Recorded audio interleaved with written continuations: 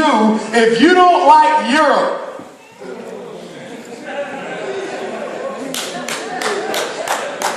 Then go back to Africa. If you don't like Canada, go back to Africa. If you don't like the United States, go back to Africa. Tell those people how ignorant they are. Be careful who you send home.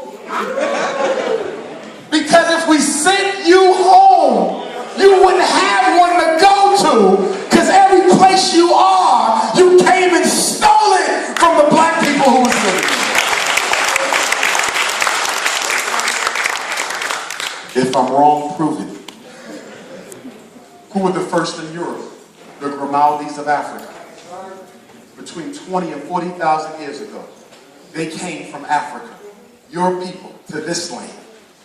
And through the process of time, amalgamated into different types of human beings. And so today you have the Asian, you have the European, you have the original African, but they all came from us.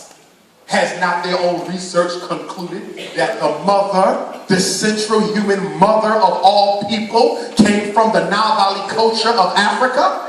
So if even your science from Harvard and your scientists from London approve, condone, and accept that a black woman was the mother of us all, if the mother was African, how can you send people home when Africans were first? Which means wherever we are home. And if there's anybody who's homeless,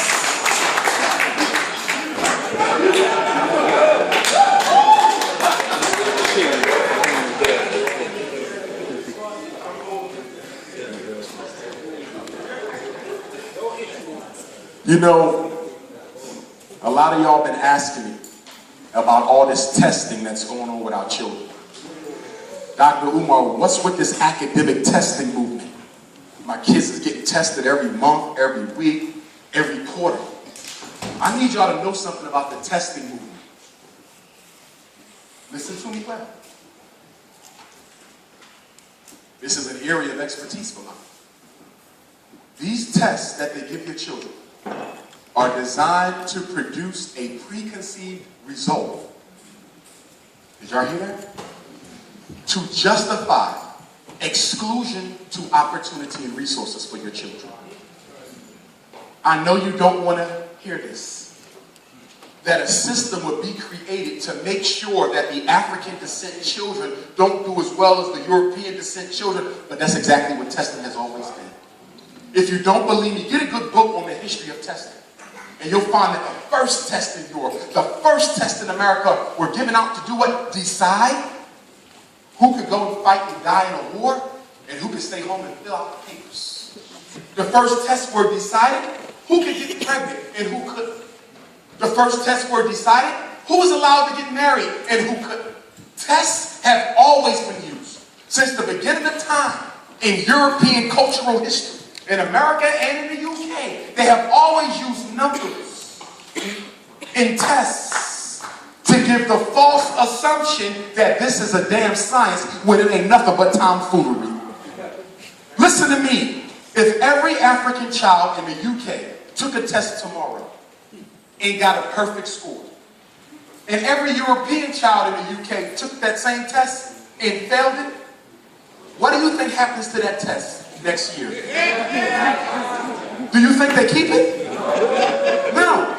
But how is it that the black kids can fail a test and the white students do very well on, and y'all keep that version? But if you ever get one where we do better than yours, you get rid of the test. Why do they do this? Because the testing is designed to do what the Jim Crow signs used to do: keep blacks out. See, y'all need to know something. If your children outperform the Anglo-Saxon children of Europe just once, the whole academic world will go berserk. Because now, if he is smarter than her, if her reading is greater than hers, how do you justify so few blacks at the University of London? How do you justify so few at the various colleges? If the black kids are smarter or doing better on the test than the white students, you no longer have a justification of exclusion. You now have to answer why we ain't got more blacks at Harvard, and why we ain't got more blacks in medical school, And why we ain't got more blacks in law school? So the only way to keep the social order where it is to make sure the children of Africa don't do as well as the children of other groups. Now you're going to say, well, how do they do this? How can they make sure? I'm going to tell you how. In test development, there's something called standardization. Let me tell you what standardization means. It means I'm going to come to West London and I'm going to test an 8-year-old African-American boy with both parents at home. And then I'm going to test an 8-year-old African-American boy with only one parent at home. Then I'm going to test an 8-year-old African-American boy who doesn't live with either parent. I'm going to test an 8-year-old African-American boy whose parents are upper class. I'm going to test an 8-year-old African-American boy whose parents are middle class. Then I'm going to test an 8-year-old African-American boy whose parents are poor. Then I'm going to go to the 7-year-olds and the 6-year-olds and the 5s. And then I'm going to go up to the 8, to the 9, to the 10. I'm going to test the biracial African children. Then I'm going to test the multiracial African children. And I'm going to test the quadiracial African children. And the Tiger Woods African children. And I'm going to test the And then I'm going to use all this information, because the information is called standardization.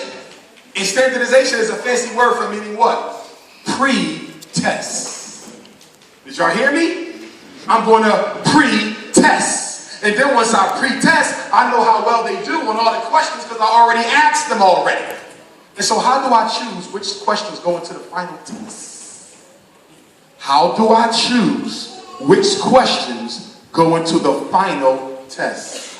I know y'all don't want to hear this. I'm going to look at the questions that our kids did well on, and I'm going to look at the questions that their kids did poor on, and that's going to be my final test. I need y'all to know that they already know how your kids are going to score before they even test them. The whole thing is a sham. The whole thing is a sham. And y'all need to understand. I know some of y'all like, so I want you to go to the library and get you a book on testing. Get you, not a big one, get you a nice little thin book on the history of testing. Or you ain't even got to get a book on the history. Get a book on standardized testing in school and read the history part and read the modern part. And you'll see how these tests get made up. There's nothing fair about a test. You got a kid over here, he lives in the ghetto. He got the worst teachers in London. The least amount of money spent on his education. And then you got the kid over here, parents spend $20,000 a year on his education. He only got 10 kids in the class. But we want to put them in the same class and test them to see who the smartest. Now, how in the hell am I receiving an inferior education when I outperform a kid receiving superior? And let me tell you how they make sure our IQ tests stay lower than theirs. Stay with me. Most IQ tests have 5 scales. And when I test your kids, it's 5 IQ scores. We only talk about the overall score, but there's 5 of them. There's working memory, WMI, the working memory index. How well your child can hold information in their mind and use it, such as you do with math, such as you do for comprehension. That's WMI, working memory. That's universal. That don't discriminate based on culture. The next one is PSI, processing speed. How fast she can finish a problem. PSI. That's universal. There's no cultural bias in that. The next one is non-verbal reasoning. Do you know what that is? NVRI. That's when I give your child puzzles and blocks, and I say, make this as fast as you can. This puzzle, solve this as fast as you can. That's universal. There's no cultural bias in that. You can give that to Koreans. You can give it to Anglo-Saxons. You can give it to African Americans. You can give it to Native Americans. It's universal. But then the fourth one, this is the one y'all got to pay attention to. This one is what? VRI, verbal reasoning index. And do y'all know what that is? Those are the words that white people use that black kids have rarely seen before. Are y'all following me? I'm serious. On the verbal reasoning, they ask your kids words that they've never seen, never read, never used, based on middle-class Anglo-Saxon culture and experience, and you take the cultural words of someone else and give it to kids in mind. I'm telling you how they keep this 15-point gap between the blacks and the whites. Why is it that the white kids do 15 points better? Because of the words. Let me give you an example. I'm taking a test. Anglo-Saxon young man taking a test. We're on the same math problem. I'm a math whiz, but he does better on the math test than me, even though I'm far more advanced than him in math. How did that happen? Because the words they used in the question made no sense to me. So I got the question wrong, not because I couldn't do the work, but I couldn't understand the question. It's happening to our kids all over the place. It's the vocabulary. It's the vocabulary, black people. It's the vocab. So there was a black man who got tired of it. He was a psychologist like me.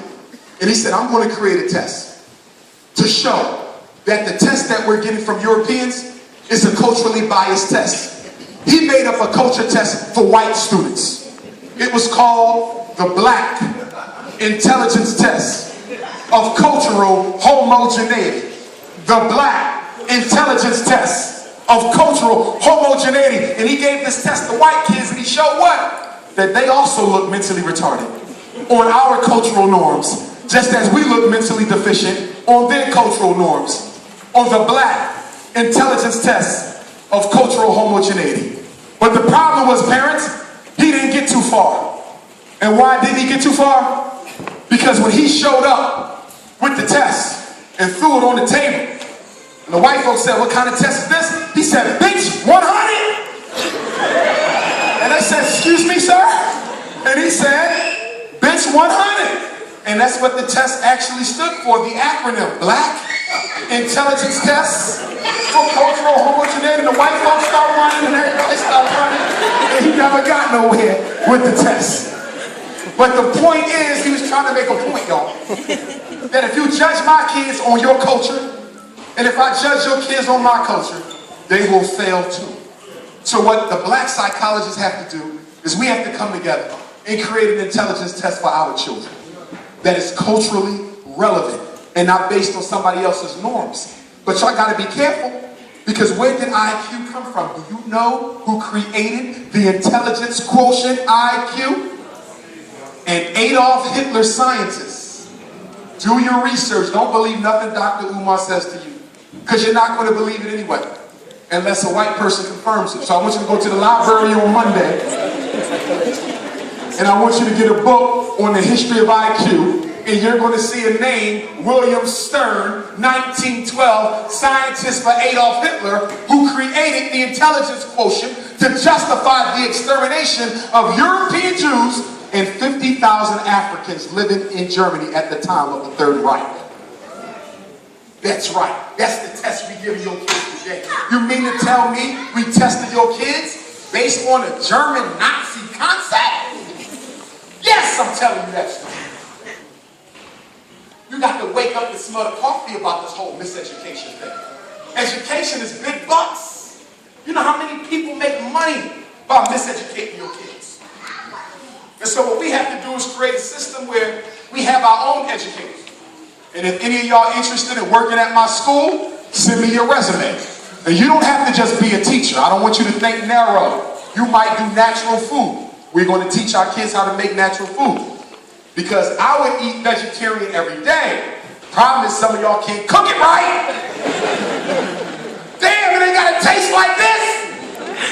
And some of y'all know how to make it taste like a Philly cheesesteak.